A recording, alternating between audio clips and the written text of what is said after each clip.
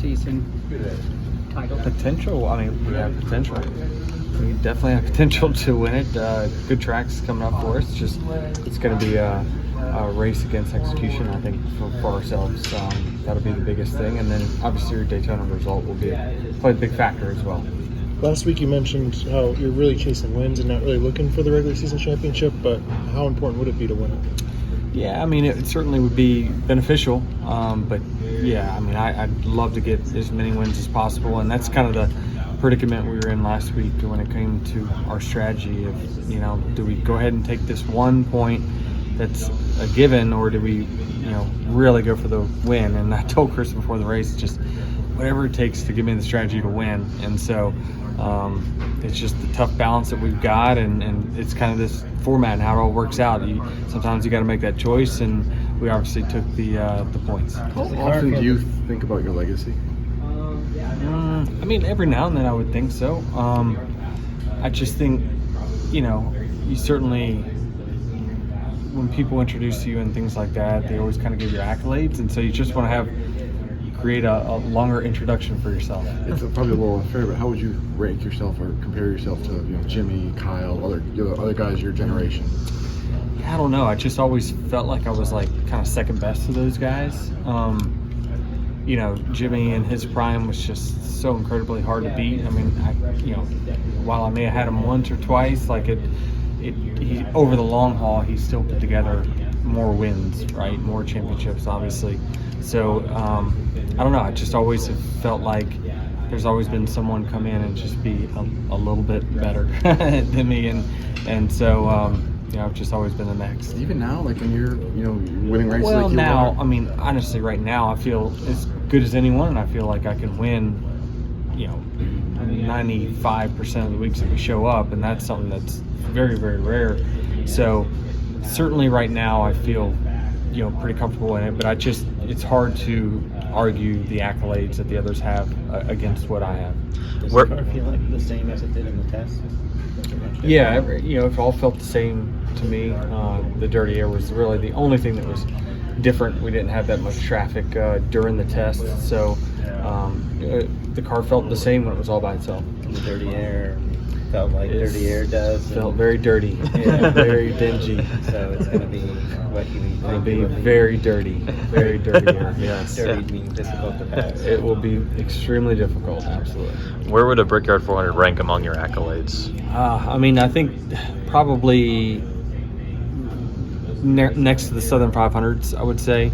Obviously, it doesn't have the prestige of the 500s, but I just think the Southern 500 and the Brickyard 400, to me is kind of equal in its prestige.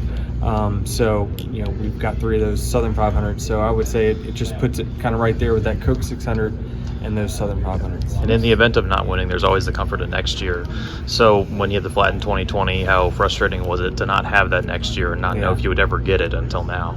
I always thought that we're going to come back here one day. I just never resigned to the fact that the road course here was going to be a permanent thing.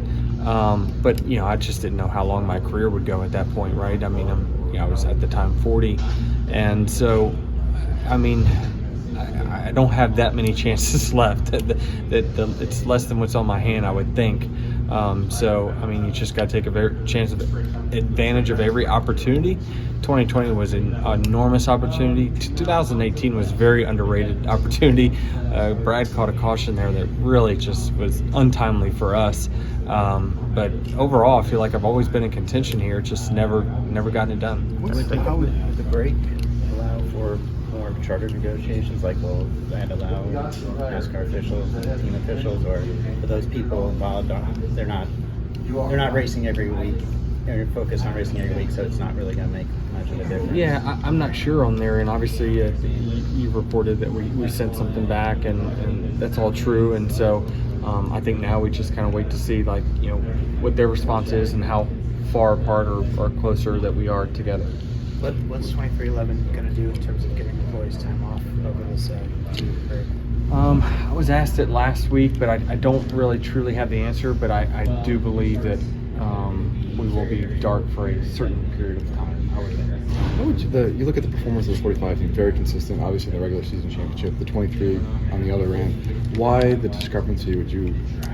Yeah, it's hard to pinpoint it. It honestly is. They, most times show up with the same car, and obviously it's difference in driving styles and preferences and things like that. Tyler Reddick's generally just faster, and if he were probably in my car, he'd be faster. Faster than I am in my car, right? Because I think he's just got the ability to get raw speed out of a car. But overall, it's just that's the way he's been, and so he gets a lot out of the machine. And certainly, we feel like the machines that we're bringing to the track for 2311 are fast. Obviously, the results have not been where we want them on the 23. The pace has not been where we want it. But it's kind of up to the team above it to figure out where that's at. Did you expect the battling Tyler as one of the guys for the regular season title?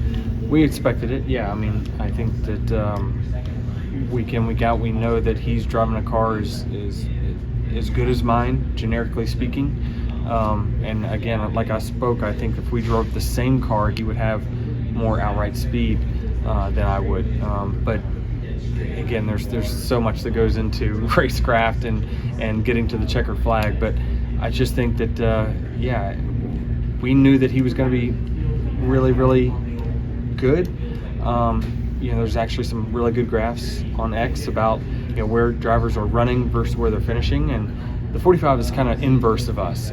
We are finishing 5-6 spots below where we're running on a weekly basis, and they're finishing 5 or 6 spots better than they're running. So we're close, but we've inversed. We got there different in ways. We're not finishing very well. He is finishing well relative to his speed. So I think it's just it matches up to a net zero, and that's where we're at in the points.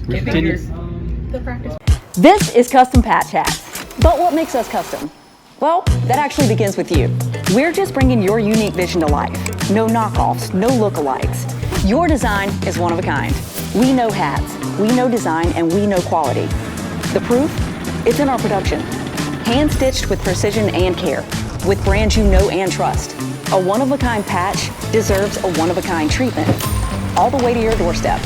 It's how we keep it custom. Jared Haas with Frontstretch.com. Come back soon for more great racing videos. And if you like us, make sure to hit that subscribe button.